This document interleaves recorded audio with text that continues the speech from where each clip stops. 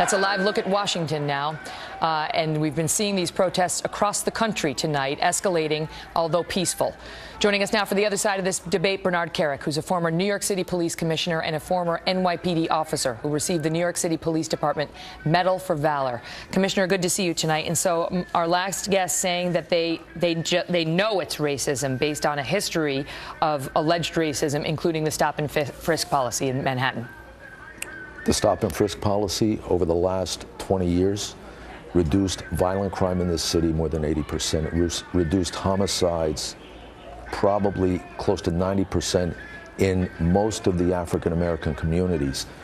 They were the benefactors. The African-American communities in this city were the benefactors of those programs. There was 2,470 homicides in 1990. Last year, there were under 500. 2,470 down to 500. Less than 500. And so, but the theory, I guess, is if you're racist, you care enough to stop black on black crime. You want to stop the homicides, but you don't want to stop racially profiling people. You know what, Megan? Every day a cop gets dispatched to a call, man with a gun, robbery in progress, whatever that call is. That cop don't pick up that microphone and ask what color the victim is on the other end of that call. They go. They go. They put their lives on the line for the people of this city. And for the mayor and people like the mayor that are basically deserting the cops. I feel he's deserting the cops based on what he said earlier. I think it's horrendous. Is it dangerous? What's going to happen with that? I mean, what do you think the cops are feeling now? You know a lot of them. Look, the mayor's basically, he almost said that the NYPD is racist. That's ridiculous. It's ridiculous.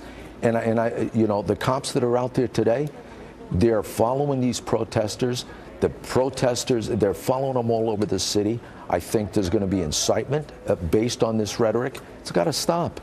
He's got to support the cops. He's got to support the cops. The position seems to be that, from the protesters, that Michael Brown never would have been targeted for walking in the middle of the street had he been a white woman in her 40s, right? That Eric Garner never would have been bothered, despite the fact that he was getting complaints by the local businessmen and so on, if he had been a white man in his 40s offering cigarettes instead of a black man.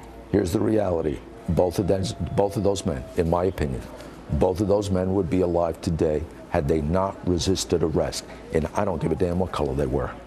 I don't care what color they were. You think if Eric Garner, 300 plus pounds, convicted felon, had been white, they would have treated him exactly the same? Absolutely. Absolutely. Why, when he was on the ground, didn't they get him more care? That's one of the things that leads people to say they just don't care. They don't care about a black man suffering, dying right in front of them. Listen, New York cops care about everybody in this city. They take care of people all over the city every day. That's a ridiculous statement. The fact of the matter is they wanted to put him in handcuffs. They wanted to take control of him. And every cop, and I have to believe these guys felt the same way as I would imagine, right, as I'm talking now, those guys have guns on them. They get overpowered by somebody like a Garner or somebody that overpowers them. They can take that gun and kill them with it. That's always their fear. Last night, we were out. Jonathan Hunt was asking people, what does this have to do with race? Why does it have to do with race? And here's an example of some of what he heard. Listen.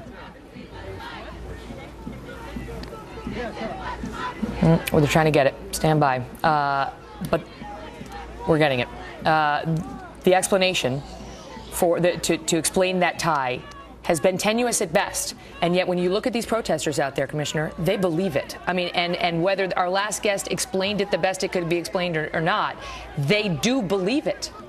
Well, I think it's wrong. I think it's wrong. I was a cop in this city. I was a highly decorated cop in this city. I didn't look at race. I looked at targeting the bad guy, going after the bad guy. But do you see a bad guy in your mind? I mean, are you more likely to perceive a black man as a bad guy than a white man as a bad guy? That's the essence of the racism charge. You target crime. You target crime. You go to bad, high crime areas, you look for bad. Look at this. This is Chicago now. Things are getting a little rowdy. How are the police supposed to control this? I mean, people are shouting in their faces. Most of these police officers are men and women who join the force just to protect the communities, and they're getting shouted in their faces as though they're all racist, and in some cases, getting attacked. It's, you know, it's supposed to be peaceful protest.